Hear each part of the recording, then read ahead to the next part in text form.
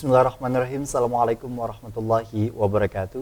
Alhamdulillahirrahmanirrahim. Terima kasih para pemirsa di rumah yang kembali hadir dan menyaksikan dalam program Majelis Sore Majelis Kita Semua. Sebuah program kerjasama UIN Antasari dengan Duta TV yang insya Allah kita akan membahas seputar kajian-kajian Islami. Dan pada kesempatan kali ini kita kehadiran dari salah satu dekan yang ada di UIN Antasari Banjarmasin. Beliau dekan dari Fakultas Syariah, yakni ada Ibu Dr. Haja Amelia Rahmaniyah MH. Assalamualaikum Bu. Waalaikumsalam warahmatullahi wabarakatuh. Sehat ya Bu ya? Alhamdulillah sehat. Alhamdulillah, Masya Allah. Majelis sore tergolong jarang Bu keterwakilan perempuan ini. Jadi mungkin Alhamdulillah hari ini Ibu bisa hadir. Lalu kemudian juga insya Allah kita hari ini juga membahas seputar kaitannya dengan erat kaitannya dengan para perempuan, yakni hak istri pasca perceraian.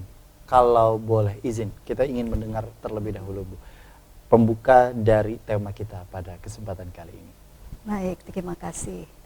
Para pemirsa TV di rumah yang berbahagia, hari ini tema yang akan kita bahas adalah hak istri pasca perceraian.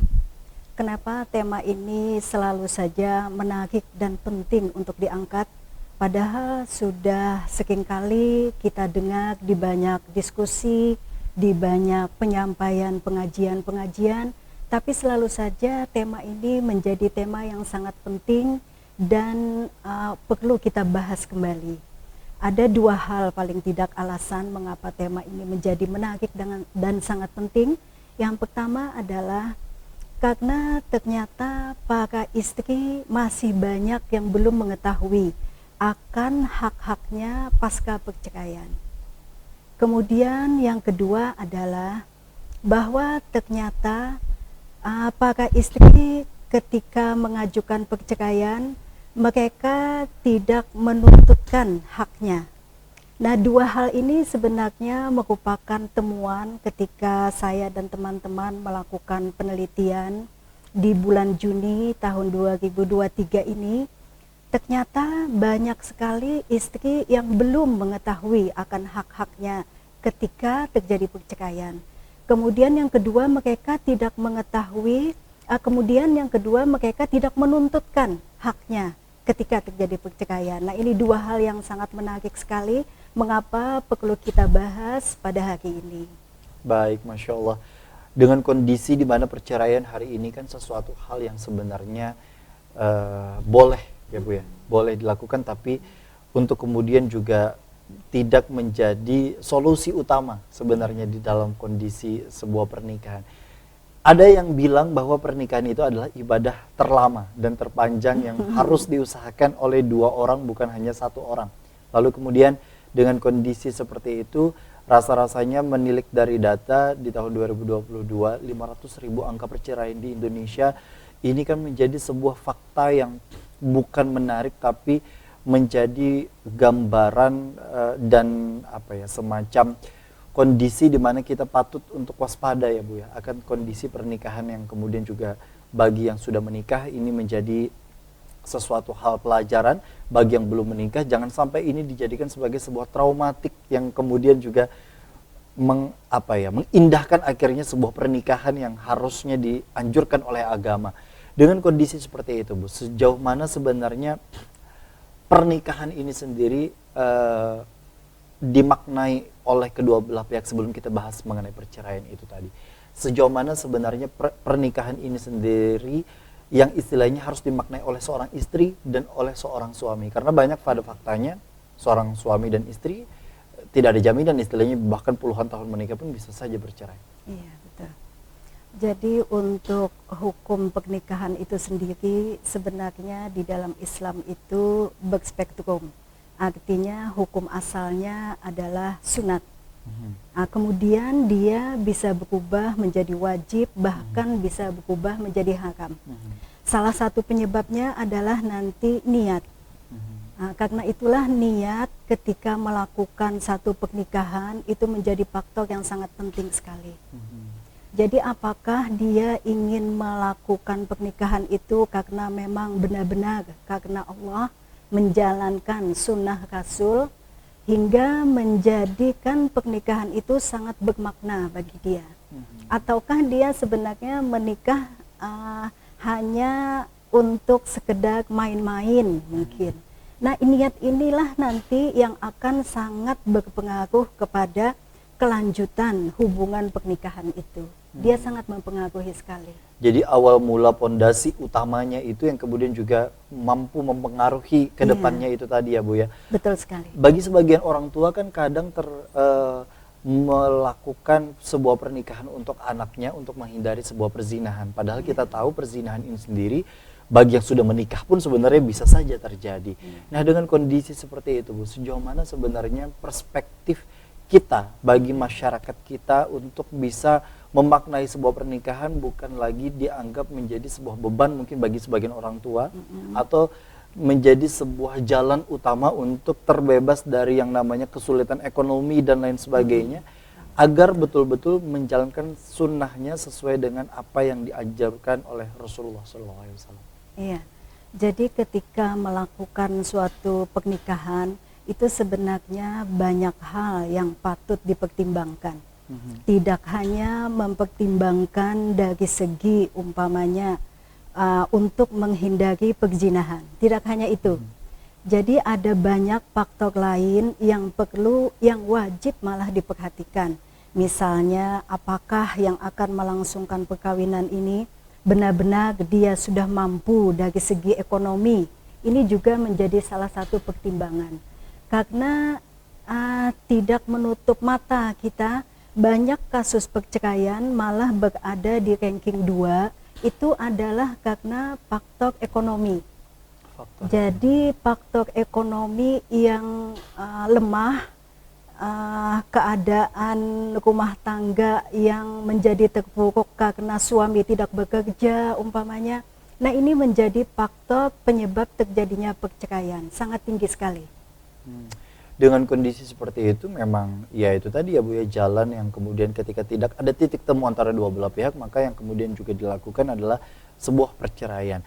Kita tahu di dalam pernikahan pun juga godaan kan ada luar biasa, ada yang sifatnya internal, ada yang kemudian juga eksternal gitu ya Bu ya. Bahkan saya pernah baca ada, kalau tidak salah nama setannya itu dasim, yang kemudian juga istilahnya bertugas untuk menghancurkan rumah tangga bagi umat muslim atau umat manusia yang kemudian juga ketika mereka melangsungkan pernikahan. Artinya kan dengan kondisi seperti ini memang luar biasa, ini harus dijaga bentengnya. Tapi ketika benteng itu lalu kemudian juga dirasa tidak lagi bisa kuat dan tidak bisa lagi ada titik temunya, maka sebuah perceraian. Nah, proses perceraian di Banua atau di daerah atau di negara kita ini sendiri kan beragam. Ada yang sifatnya tercatat, ada yang hanya sebatas betul-betul talak kalau dalam muslim begitu ya Bu ya, atau yang memang sampai ke pengadilan hingga putusan. Nah, dengan kondisi seperti itu sebenarnya dari data yang 500.000 tadi, saya yakin itu yang tercatat ya Bu ya. Betul. Yang tercatat, belum lagi yang kemudian istilahnya yang tidak tercatat atau yang tidak disidangkan. Nah, dengan kondisi seperti itu sebenarnya apa yang menjadi latar belakang yang harus dikuatkan sebelum orang menikah deh dulu Bu? Iya, jadi banyak hal yang harus dikuatkan. Yang pertama tadi sebagaimana yang sudah saya sebutkan itu mengenai niat. Yang kedua adalah perlu kesiapan dari segi ekonomi. Perlu kesiapan dari segi ekonomi ini sangat penting sekali untuk mendukung kehidupan rumah tangga yang harmonis. Bagaimana bisa harmonis? Umpamanya kalau untuk makan pun harus umpamanya bersusah payah. Tidak bisa makan hari ini karena suami tidak bekerja. Nah, inilah karena itu perceraian didominasi oleh percekcokan, perselisihan antara suami istri. Karena salah adanya satunya, faktor ekonomi itu. Salah satu penyebabnya adalah faktor ekonomi. Nah, lalu kemudian muncul sebuah pertanyaan bagi para jomblo Bu, yang kemudian juga kalau gitu berarti harus kaya dulu dong baru menikah. Nah, seperti apa itu dapat dipatahkan? Iya, bukan kaya sebenarnya istilahnya, tapi di dalam agama itu adalah mampu. Mampu ini tidak berarti kaya. Jadi mampu itu artinya dia bisa memenuhi kehidupan, keperluan rumah tangganya, baik sandang, pangan maupun papan. Nah, itu mampu. Jadi bukan harus kaya dulu, tapi harus mampu. Nah, kalau mungkin sedikit edukasi kepada para pemirsa, Bu. Ketika kita misalnya menyebut dan mendengar ada sandang, pangan, papan. Bagi sebagian orang yang papan ini sendiri kan dimaknai adalah rumah atau tempat tinggal. Apakah memang harus punya rumah sendiri atau seperti apa? Yang kemudian juga dapat dipahami oleh sebagian orang, Bu. Iya, baik. Kalau di dalam kompilasi hukum Islam itu disebutkan bahwa suami istri harus mempunyai tempat tinggal yang tetap. Tempat tinggal yang tetap. Iya, tempat tinggal yang tetap ini bisa dimaknai dia sudah mempunyai rumah atau mungkin ikut dengan keluarga karena masih belum mempunyai, atau mungkin menyewa, mengontrak. Oke, berarti masih boleh. Iya, betul. Segala sesuatunya itu memang berproses. Dan segala sesuatunya itu tadi yang kemudian juga memang selain memerlukan usaha juga memerlukan ekonomi yang tadi sekali. Dalam hal kemampuan itu tadi. Iya. Nah, dengan kondisi di mana pernikahan itu dimaknai dengan betul-betul antara kedua belah pihak, bukan hanya laki-lakinya tapi juga yang perempuannya, bukan hanya sang calon suami tapi juga sang calon istrinya, apalagi nanti ketika sudah menikah mempunyai calon anak yang kemudian juga dengan kondisi dan hasil kesepakatan bersama, lalu kemudian muncullah sebuah percekcokan. Nah, apakah percekcokan di dalam sebuah pernikahan itu sesuatu hal yang wajar dengan kondisi ternyata begitu banyak hari ini perceraian yang disebabkan awal mulanya dari percekcokan. Nah, percekcokan ini sendiri kan faktornya tadi banyak ya, yang kemudian juga ujungnya adalah ketidaksepakatan dan di dalam sebuah visi misi hingga sepakat untuk bercerai. Nah, dengan kondisi seperti itu, sejauh mana sebenarnya perceraian hari ini menjadi sebuah jalan bagi yang menikah ketika dihadapkan sebuah masalah? Apakah memang perceraian menjadi jalur yang bisa ditempuh ketika ada sebuah permasalahan? Apakah memang esensi dari sabar lalu kemudian juga bersyukur itu kemudian kondisi hari ini semakin tergerus? Seperti apa sebenarnya kita memaknai sabar dan syukur di dalam sebuah pernikahan? Kita nanti akan kembali usai jeda, tetaplah bersama kami dalam program Majelis Sore, Majelis Kita Semua.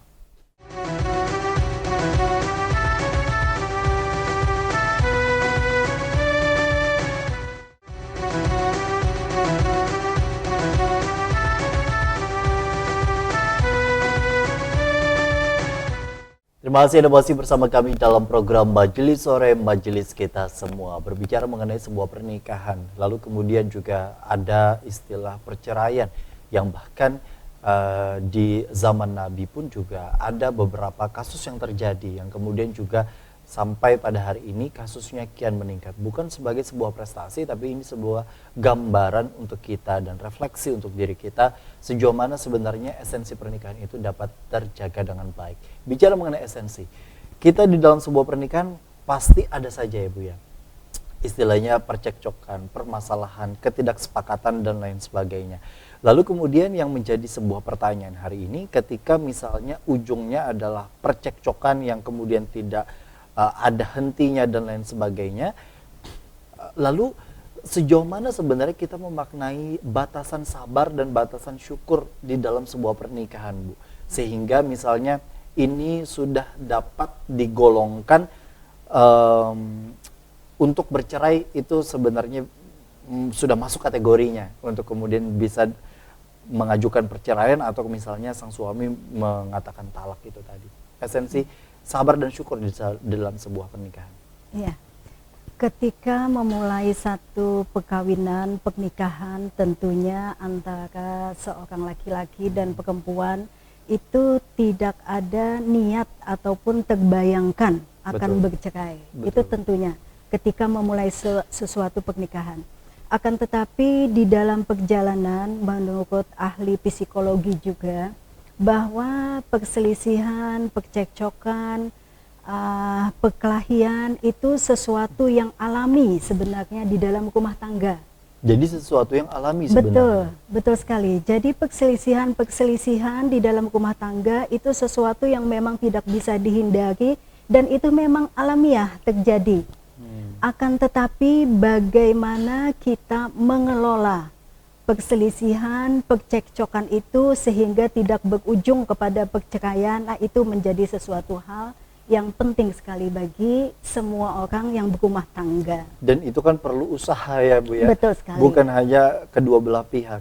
Iya. Terkadang kan memang apalagi pasangan-pasangan muda, misalnya Iya. ada egosentris tersendiri Iya, yang betul. kemudian juga masa saya kalah. Apalagi misalnya Iya. alpha male atau laki-laki biasanya kemudian juga masa sang suami yang harus selalu mengalah misalnya. Iya. Atau misalnya sang istri hari ini dengan hadirnya teori emansipasi, perempuan juga harus berani bersuara, Betul. speak up dan lain sebagainya.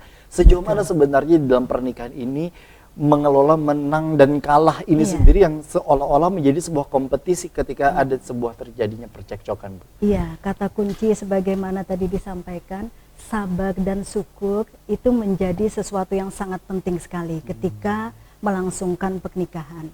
Jadi mengelola emosi, bagaimana bisa bersabar, menghadapi segala cobaan, dan bagaimana bersyukur ketika mendapatkan karunia, ini menjadi kata kunci yang sangat penting sekali dalam pernikahan. Dengan kekurangan dan kelebihan masing-masing, sekali. dengan watak masing-masing, dengan Betul kepribadian masing-masing. Nah, itu yang kemudian juga harusnya pada saat sebelum pernikahan yang kemudian juga dipelajari. Istilah orang Banjar dulu kan Bu ya, ada istilahnya apa ya, semacam menyelidiki antara satu sama lain begitu ya, lalu sebelum melakukan pernikahan, atau istilah di dalam perspektif Islamnya ta'aruf yang kemudian juga hari ini kian digunakan oleh para kaula muda untuk bisa mengenal satu sama lain. Nah, dengan kondisi seperti itu Bu, sebenarnya sejauh mana dan seberapa penting sebenarnya proses pengenalan itu sebelum pernikahan agar tidak terjadinya apa ya, semacam kaget di tengah atau pada saat proses pernikahan, sehingga dengan watak yang kemudian pasti terbuka masing-masing setelah pernikahan ini tidak menjadi sebuah momok tersendiri ketika terjadinya pernikahan. Iya, karena itulah di dalam Islam itu mengharuskan adanya lamakan. Lamakan itu adalah masa di mana laki-laki boleh menyelidiki calon istrinya.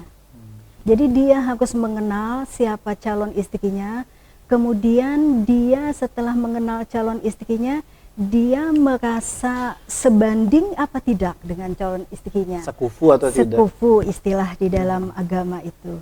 Merasa sekufu artinya dia bisa menandingi kalau suaminya kalau istrinya ternyatanya orang temperamennya tinggi, emosionalnya cepat meledak, dia bisa apa tidak mengimbangi itu.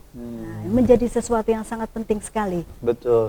Dan kalau kemudian juga belajar ilmu psikologi itu sangat terbantu ya Bu ya sebenarnya. Betul. Ketika belajar tentang kepribadian watak itu ada macam-macam itu biasanya. Betul. Tapi dengan kondisi seperti itu kan memang artinya ilmu menjadi kunci utama ketika sebuah pernikahan.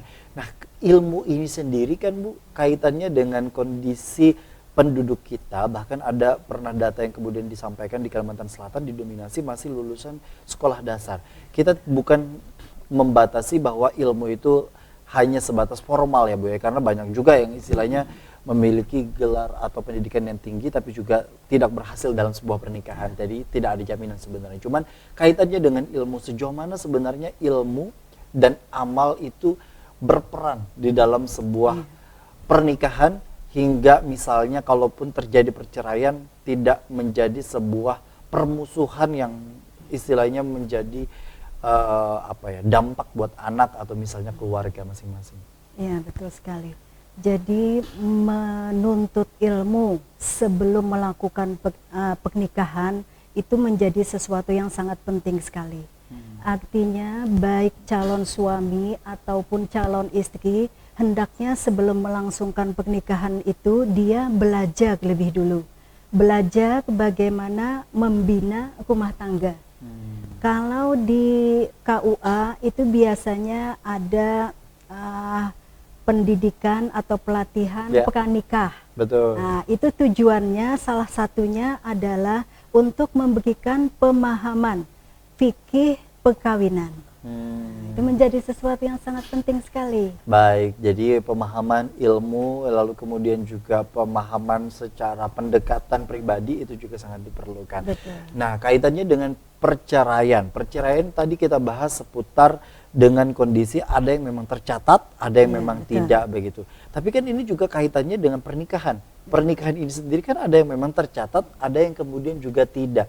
Lalu kemudian kita tahu bahwa ketika misalnya melangsungkan pernikahan yang sifatnya terdaftar, maka kemudian juga untuk proses harta gonogini dan lain sebagainya itu bisa diurus ya Bu ya. Tapi apakah benar memang bagi mereka yang melangsungkan pernikahan istilahnya pernikahan siri atau pernikahan di bawah tangan bagi orang Banjar itu sendiri betul-betul tidak mendapatkan haknya ketika menjadi seorang istri? Iya. Baik, jadi ada hubungan sebenarnya dan mungkin ada hubungan, mungkin tidak ada hubungan antara pernikahan di bawah tangan dengan perceraian di bawah tangan. Artinya ketika seseorang melakukan pernikahan di bawah tangan, dia bisa saja bercerainya resmi di pengadilan. Bisa ya Bu ya? Bisa, sangat bisa sekali dan sudah banyak sekali kasusnya. Jadi dia mengajukan isbat nikah sekaligus perceraian. Oke. Itu bisa. Tapi itu harus kedua belah pihak berarti yang kemudian juga istilahnya mengurus akan perceraian itu, atau misalnya karena pada faktanya ya Bu ya, misalnya kita tahu bahwa ada hanya salah satu misalnya yang mau mengurus, lalu kemudian salah satunya cuek dan kemudian tidak mau tahu akan proses mengurusnya. Kira-kira itu masih memungkinkan tidak Bu? Masih sangat memungkinkan karena perceraian itu di pengadilan melalui dua jalur. Ada yang inisiatif suami, jadi suami yang mengajukan. Itu namanya cerai talak. Oke. Nah, walaupun istrinya cuek-cuek saja, tidak mau bercerai, umpamanya masih sangat memungkinkan hanya suami saja yang mengajukan. Itu Sekalipun namanya dia tidak cerai talak. mengucap talak tapi diajukan ke pengadilan gitu. Memang kalau untuk perceraian itu wajib di pengadilan, baru bisa dianggap terjadi perceraian. ya, Bu? Dalam konteks negara atau agama? Dalam konteks negara Indonesia sudah mengaturnya dan juga sudah diatur di dalam kompilasi hukum Islam. Kompilasi hukum Islam itu dianggap sebagai fikih Indonesia. Oke. Karena dia adalah kesepakatan ulama di Indonesia. Jadi menyepakati bahwa perceraian itu hanya bisa dilakukan di pengadilan, baik atas inisiatif suami yang tadi namanya cerai talak, atau atas inisiatif istri yang namanya adalah cerai gugat. Oke, jadi ketika sang suami misalnya menjatuhkan talak dalam bentuk lisan, tapi belum diajukan di pengadilan, secara agama dan secara negara berarti masih sah suami istri atau seperti apa? Iya, betul. Jadi dia belum dianggap terjadi perceraian. Oke, jadi belum dianggap terjadinya perceraian. Jadi dengan kondisi seperti itu berarti hak-hak sebagai istri juga masih terbebani gitu ya Bu ya, hak sebagai sang suami itu juga masih terbebani walaupun secara verbal itu tadi diucapkan. Iya, karena belum ada perceraian, otomatis nafkah pun masih wajib diterima oleh istri.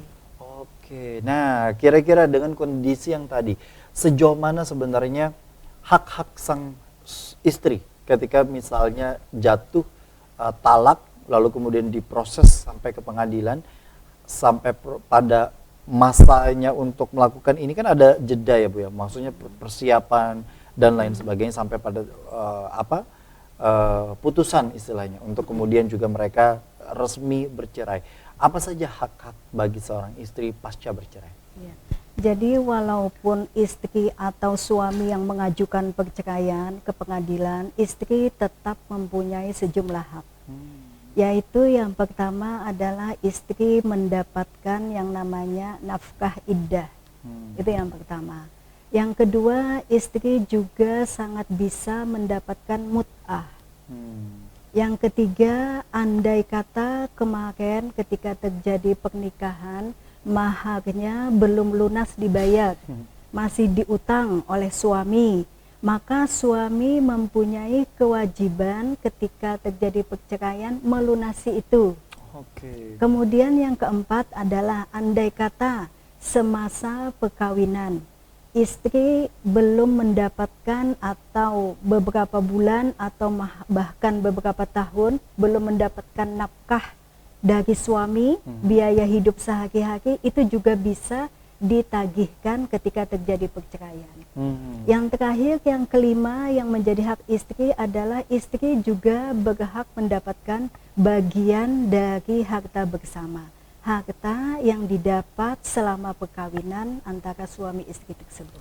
Baik, nah kita nanti akan bahas bersama ya. Mungkin bagi masyarakat pemirsa di rumah yang masih belum paham kaitannya dengan nafkah mut'ah atau mut'ah itu tadi atau nafkah madiyah, dan kemudian juga kondisi-kondisi seperti itu. Apakah misalnya ketika sang suami ketika sudah dituntut oleh istri dengan hak-haknya, ketika tidak memenuhi akan haknya, seperti apa misalnya, apakah bisa dipidanakan atau apa, nanti kita akan tanyakan di segmen berikutnya. Tetaplah bersama kami dalam program Majelis Sore, Majelis Kita Semua.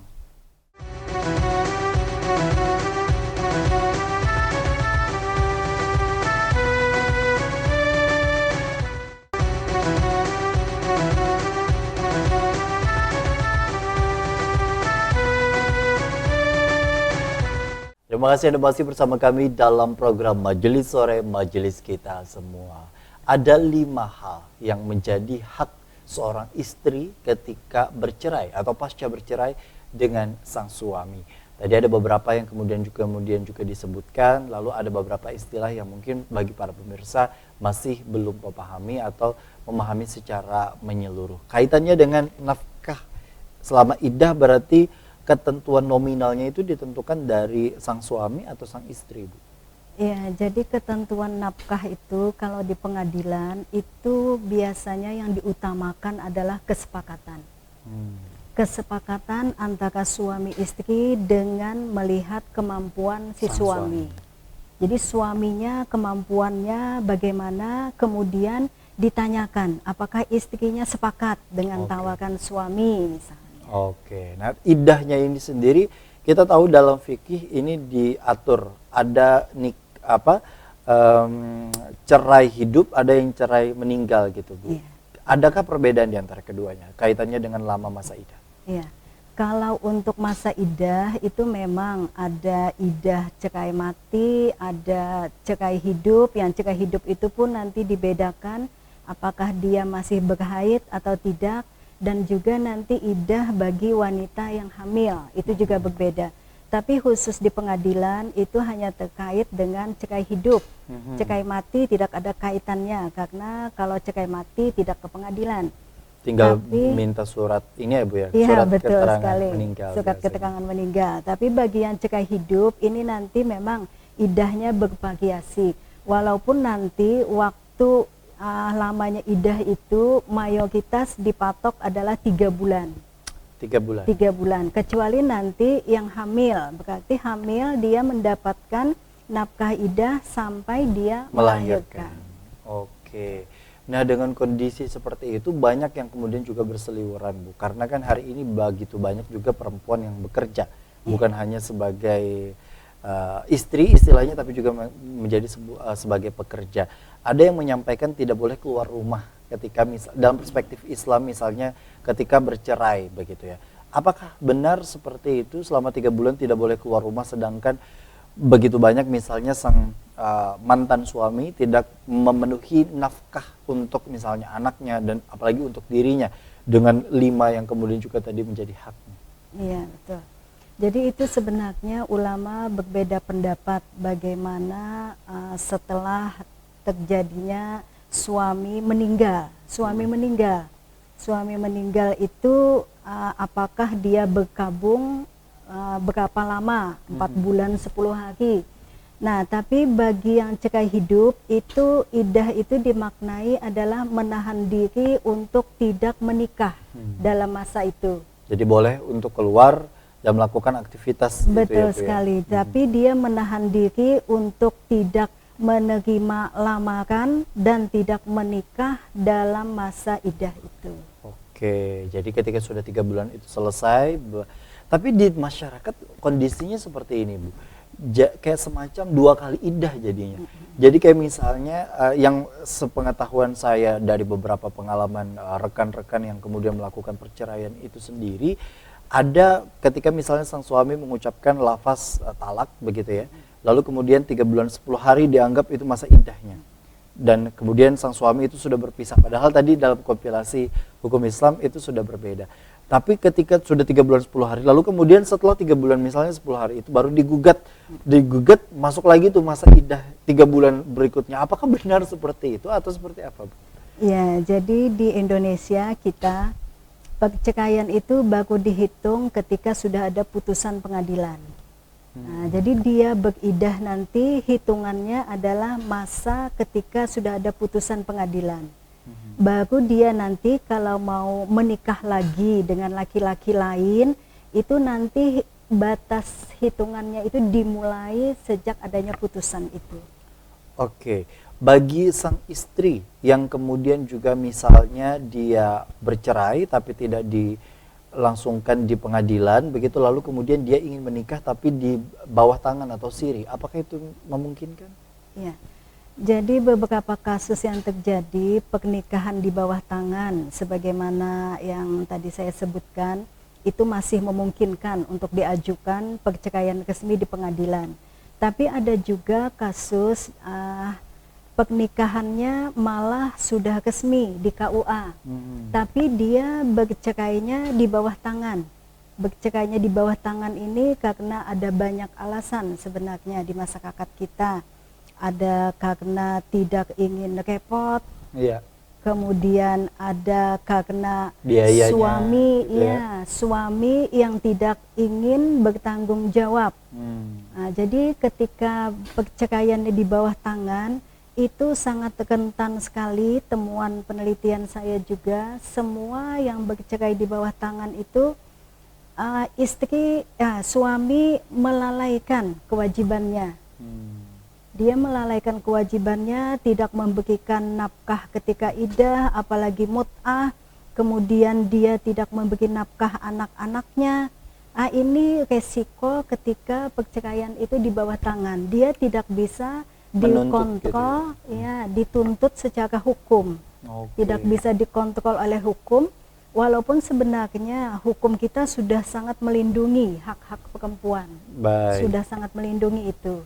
Nah, dengan kondisi seperti itu, apakah kemudian juga yang tadi ada 5 nafkah selama iddah, mut'ah dan lain sebagainya, ketika sang suami sudah dituntut oleh sang istri misalnya, dengan kondisi 5 hak yang kemudian diajukan, dengan kondisi di mana sang suami enggan, dalam konteks misalnya sang suami memang benar-benar mampu, apakah itu bisa dipidanakan? Iya. Jadi kalau perkara pidana itu pengajuannya adalah di pengadilan negeri, tidak di pengadilan agama. Tapi kalau perdata di pengadilan agama, bercerainya kemudian menuntut nafkahnya itu kewenangan pengadilan agama. Tapi kalau untuk mengajukan pidana itu bukan ranahnya pengadilan agama, tapi ke pengadilan negeri. Tapi memungkinkan tidak, Bu, untuk dituntut itu tadi? Ketika misalnya sang suami itu tadi enggan, tidak mau menunaikan hak dari istri tadi. Iya, sangat memungkinkan sekali. Selama perceraian itu tercatat di pengadilan, maka istri mempunyai hak untuk menuntutkan hak-haknya kapanpun. Artinya, ketika terjadi perceraian, umpamanya istri tidak menuntut ketika itu, sehingga di putusan pun umpamanya tidak ada putusan yang mewajibkan suami untuk memenuhi hak-haknya.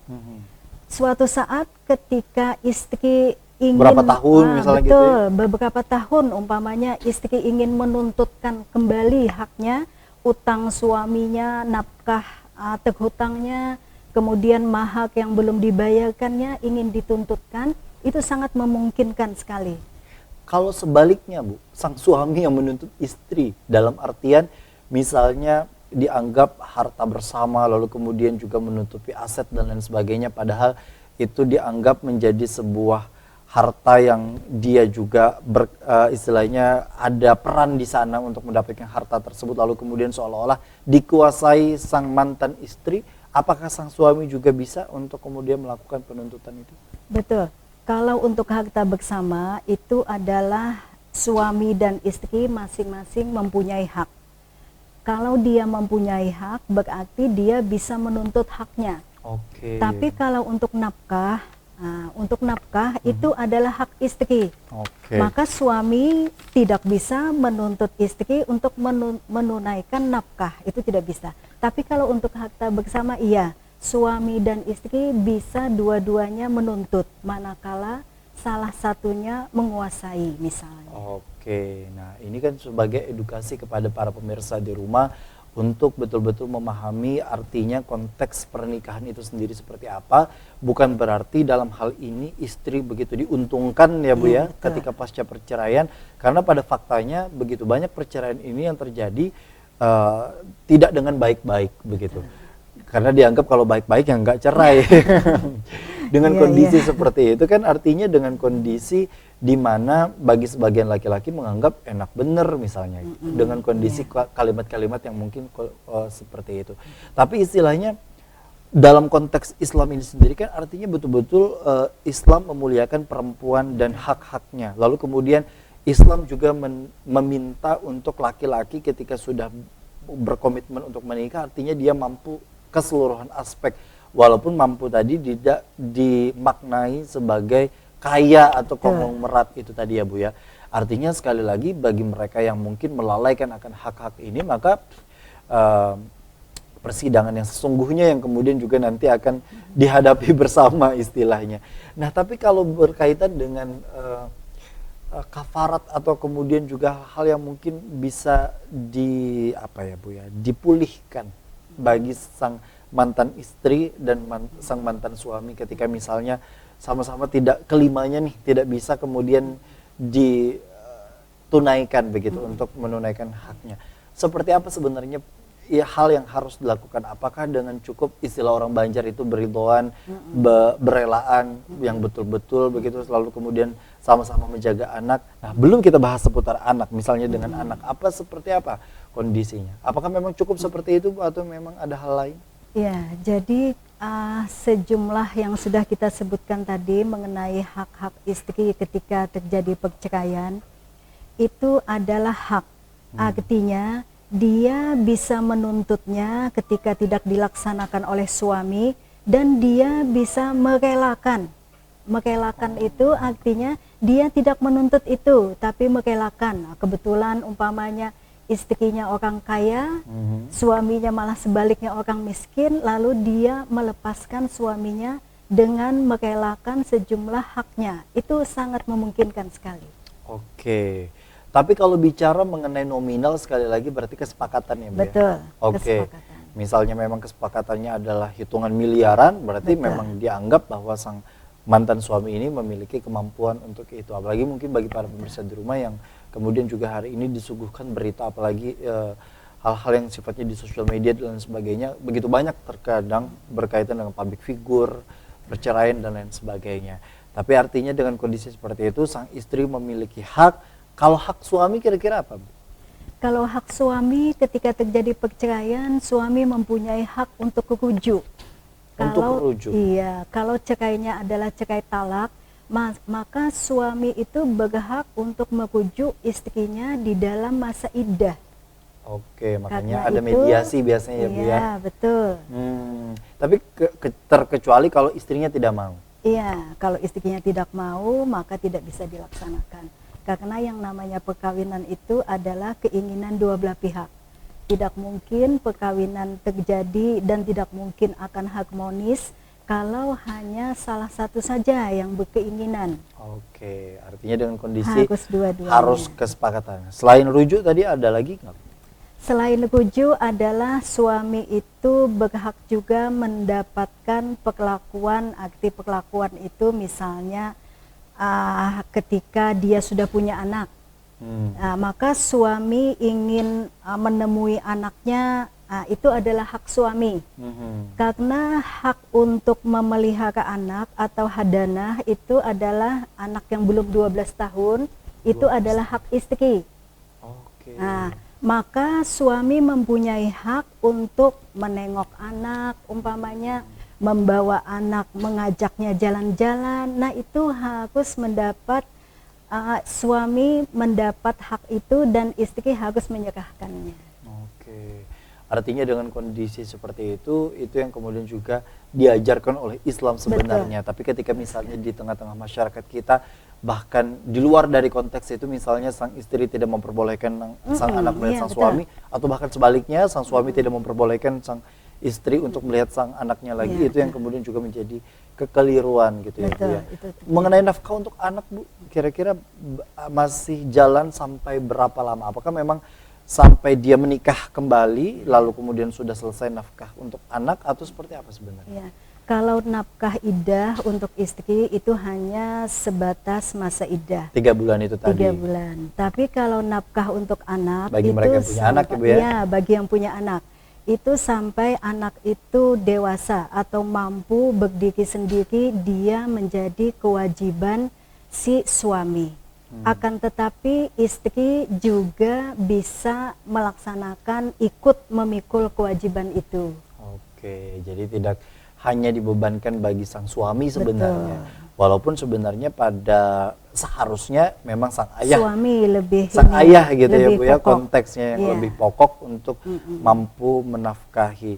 Tapi kan pada faktanya di lapangan kondisinya dari 12 itu gimana Bu yang Ibu temukan? Apakah memang betul-betul sang suami tidak mau tahu untuk nafkah sang anak, atau seperti apa dari hasil penelitian yang Ibu lakukan? Dari penelitian dilakukan itu terhadap 12 orang istri, ternyata suami yang secara sukarela memberikan nafkah kepada istri hanya 2. Kemudian dari semua itu yang memberikan nafkah secara sukarela kepada anak hanya 1. Ya Allah, nah jadi itu menjadi perhatian bagi kita semua. Fenomena yang sangat menyedihkan. Betul, fenomena yang sangat menyedihkan, dan jangan sampai kita istilahnya ada di dalam lingkaran itu. Dan semoga pernikahan ya Bu ya, pernikahan kita semua istilahnya yang kemudian juga bagi para pemirsa yang melangsungkan pernikahan, yang sudah melangsungkan yang begitu lama, ini semoga terus dilindungi oleh Allah Subhanahu wa taala. Nah, kita di segmen berikutnya masih akan ada bahasan lainnya. Tetaplah bersama kami dalam program Majelis Sore, Majelis Kita Semua.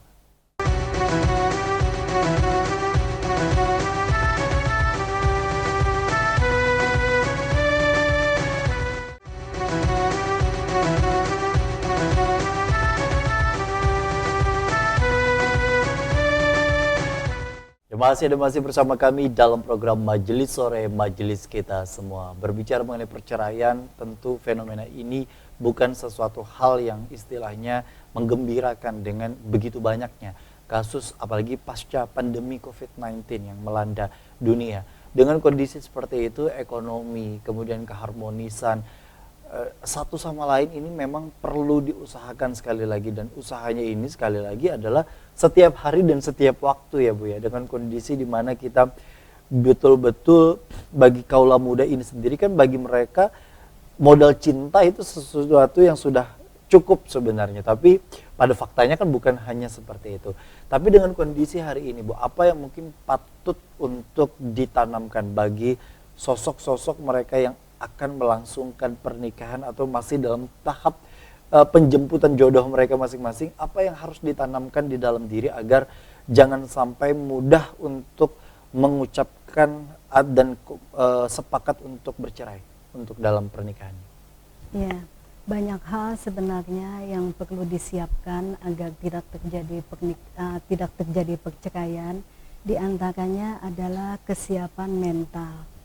Kesiapan mental, bagaimana mengendalikan emosi, tentu semua ini sangat dipandu oleh ajaran agama.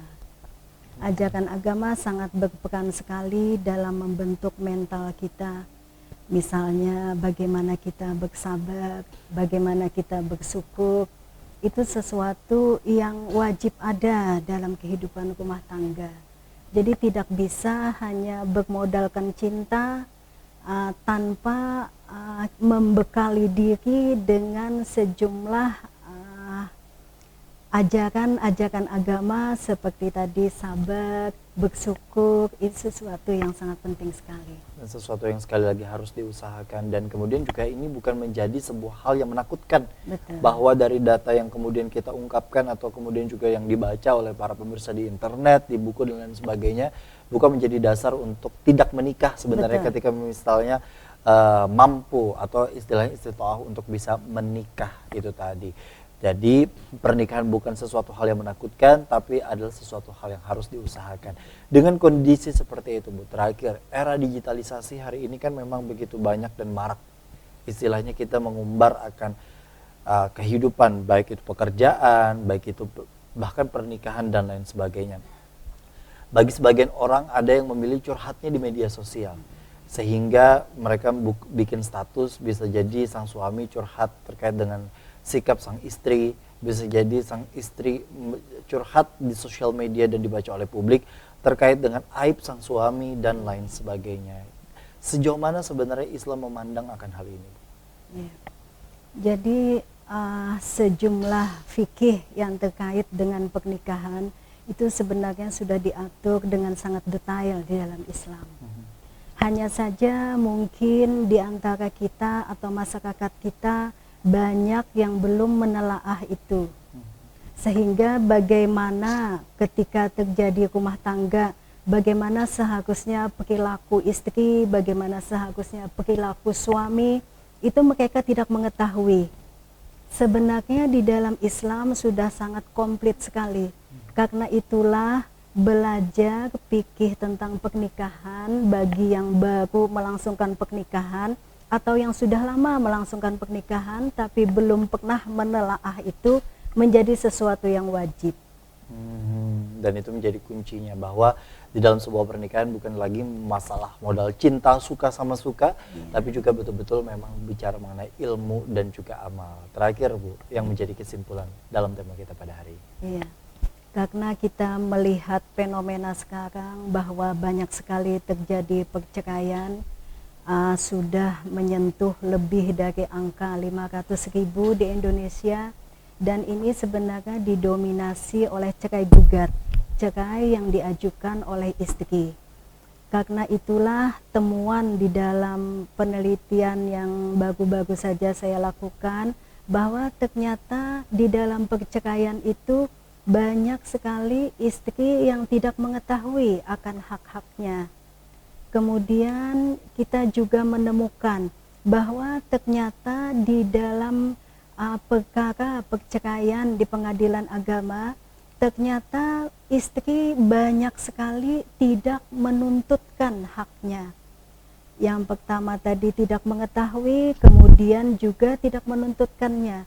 Karena itulah yang ingin saya sampaikan pada kesempatan ini yang menjadi solusi untuk itu semua. Yang pertama adalah bagi lembaga pengadilan, khususnya pengadilan agama, hendaknya lebih bersikap aktif, terutama ketika umpamanya istri datang ingin mengajukan perceraian, maka hendaknya diberikan sosialisasi atau pemahaman di meja informasi mengenai hak-hak istri apa saja yang akan dia dapatkan ketika terjadi perceraian. Nah, ini disosialisasikan di awal ketika istri mau mengajukan perceraian. Bisa juga pengadilan itu membuat semacam spanduk atau pamflet umpamanya, atau sosialisasi di media online. Nah, ini menjadi sesuatu yang sangat penting sekali. Yang kedua, karena kita menemukan banyak sekali dalam kasus perceraian istri tidak mengajukan tuntutan apapun, karena kita menemukan bahwa istri ini kalau sudah bercerai aja sudah merasa lega. Jadi dia tidak ingin menuntut hak-haknya. Nah, karena itulah sangat penting sekali peran hakim di sini. Hakim bisa memberikan hak secara ex officio walaupun istri tidak menuntut, walaupun suami tidak mempunyai kesadaran untuk melaksanakan kewajibannya. Nah, dua hal ini menjadi solusi atas segala permasalahan ini. Dan itu yang kita harapkan dan bisa diimplementasikan ya Bu, ya, di dalam pengadilan, dan prosesnya untuk kemudian juga bukan hanya sebagai tindakan yang istilahnya sebagai edukasi atau literasi, tapi juga memang ada tindakan yang memang terukur yang dapat dilakukan oleh pengadilan agama. Dan bukan berarti juga dengan ilmu yang kemudian kita dapatkan hari ini bisa menjadi sebuah jalan dan jalur utama dan diutamakan untuk di dalam sebuah pernikahan, karena kita semua yakin dan berharap semua pernikahan kita ini betul-betul sampai akhir hayat ya Bu ya, Betul. yang tentunya juga bisa diusahakan insya Allah atas pertolongan Allah dan atas izin Allah. Terima kasih Bu, Masya Allah atas ilmunya hari ini. Semoga insya Allah bermanfaat bagi para pemirsa yang ada di rumah. Terima kasih juga bagi para pemirsa di rumah. Semoga sekali lagi ini bisa menjadi tontonan, tapi juga bisa menjadi tuntunan bagi masyarakat secara luas. Amin ya rabbal alamin. Akhirnya saya Gusti Muhammad Hermawan dan juga Ibu Amelia mengucapkan terima kasih atas perhatian Anda. Wassalamualaikum warahmatullahi wabarakatuh.